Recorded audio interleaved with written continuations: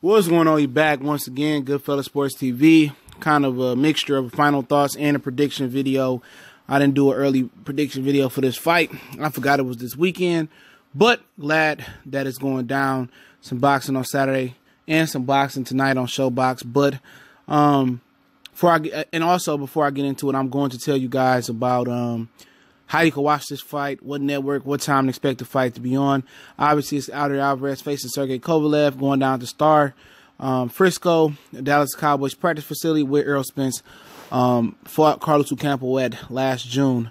And I heard that the tickets were cheaper than Errol Spence. Obviously, that's Errol Spence neck of the woods. He should do better than Kovalev and Alvarez. But today, they weighed in.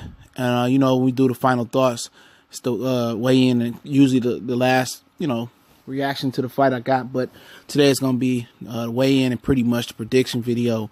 Alvarez stepped on the scale, 147.5 pounds. He's 34 years old. Kovalev stepped on the scale, 174 pounds even. Now, it's a lot of different flavors to go in this fight, okay? May I say ingredients, man.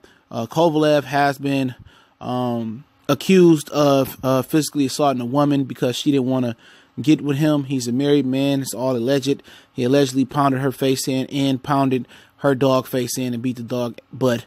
But it's all alleged. Kovalev maintains his innocence. It's happened in Big Bear allegedly. So obviously it's all alleged. But remember, ESPN killed Floyd Mayweather for his physical abuse against women history. And all of a sudden, they killed Kareem Hunt, the running backs from the Chiefs. Everybody know what happened with that. But now they put on Greg Hardy, who had a domestic violence history, and now they paying Kovalev. They put Greg Hardy on ESPN Plus, and they put Kovalev on ESPN Plus. So, like I said before, I don't want to hear nothing from Rachel Nichols, Kerry Champion, or the hypocritical women of ESPN when it's opportune for them to, jump on other guys that have a DV history or some of DV, whatever going on. They jump on them.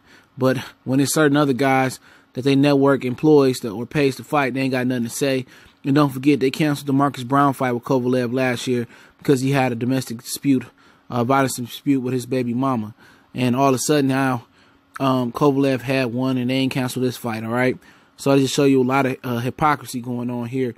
But obviously, remember last year, at the end of the year, the Boardwalk, well, not the Boardwalk, the Hard Rock Cafe Casino Hotel in Atlantic City, Alvarez went through some fire, ended up stopping Sergey Kovalev.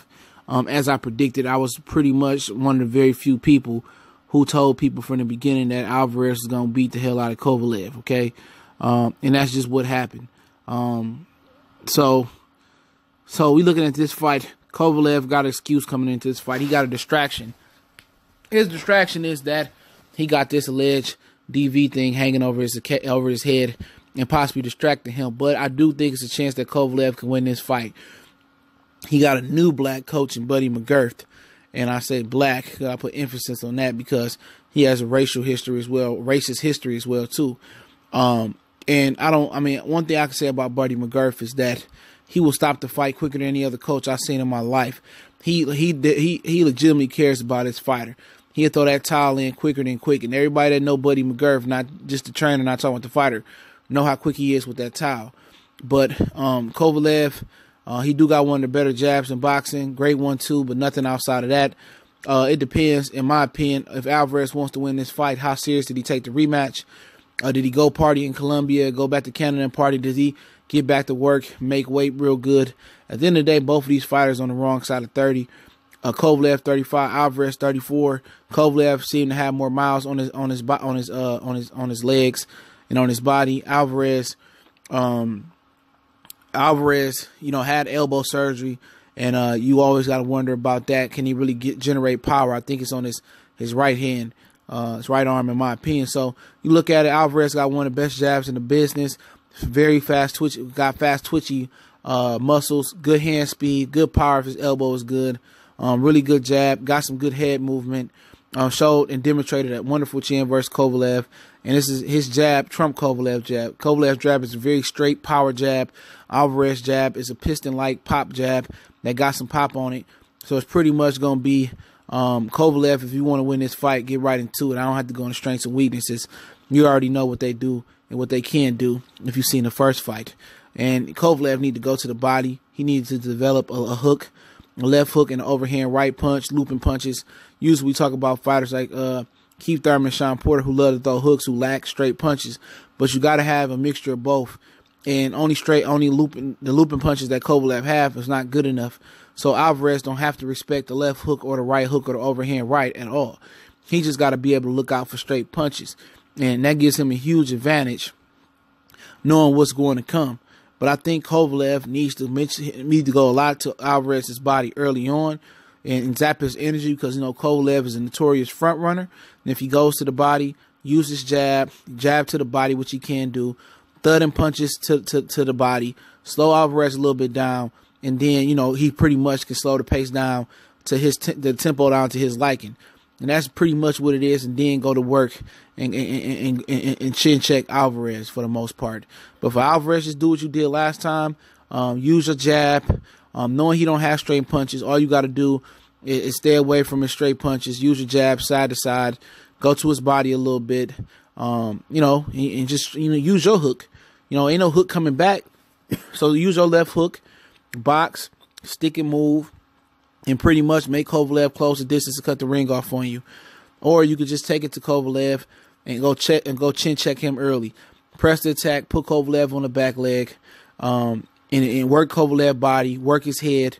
You know, use your uppercut, lose your left hook, use your straight right, and that's just what it's gonna be to be. Alvarez can beat Kovalev in multiple ways, and you know, and Kovalev for me only could beat Alvarez in really one way, and that's by zapping his energy to the body and then chin checking him later on. Okay, that's just what it is, man. They both got good jabs, but Alvarez has more in the tank. In my opinion, he got more arsenal too. He can move his head, he can counter punch, he can fight on the front foot. He got faster hands, he got better defense, better legs. Kovalev probably got better power due to the elbow injury to Alvarez, but pretty much that's about it. He don't possess a left hook, he don't possess a looping right hand. It's gonna be interesting, but I expect Alvarez to get him out there around 6 rounds, in my opinion.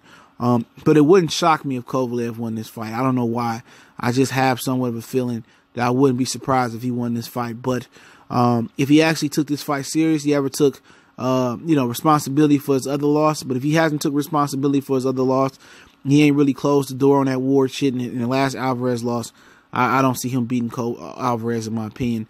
ESPN invested a lot of money in Alvarez, them in Top Rank. So look for Alvarez to get the nod if it goes to decision or if it's a close fight.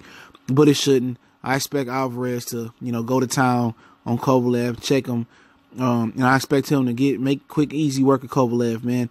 And I'm gonna say knockout 5 rounds TKO.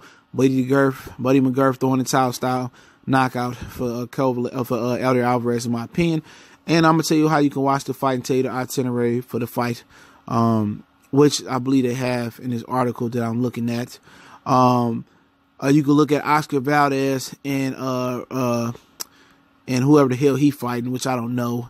Oscar Valdez is fighting somebody on ESPN, and that's going to be on ESPN at some time. I'm trying to find it. Here we go. I don't know. That's going to be on ESPN. Okay. Him and Richard Comey, the vacant IBF fight. That winner is going to fight Lomachenko. So that's going to be on ESPN. Okay.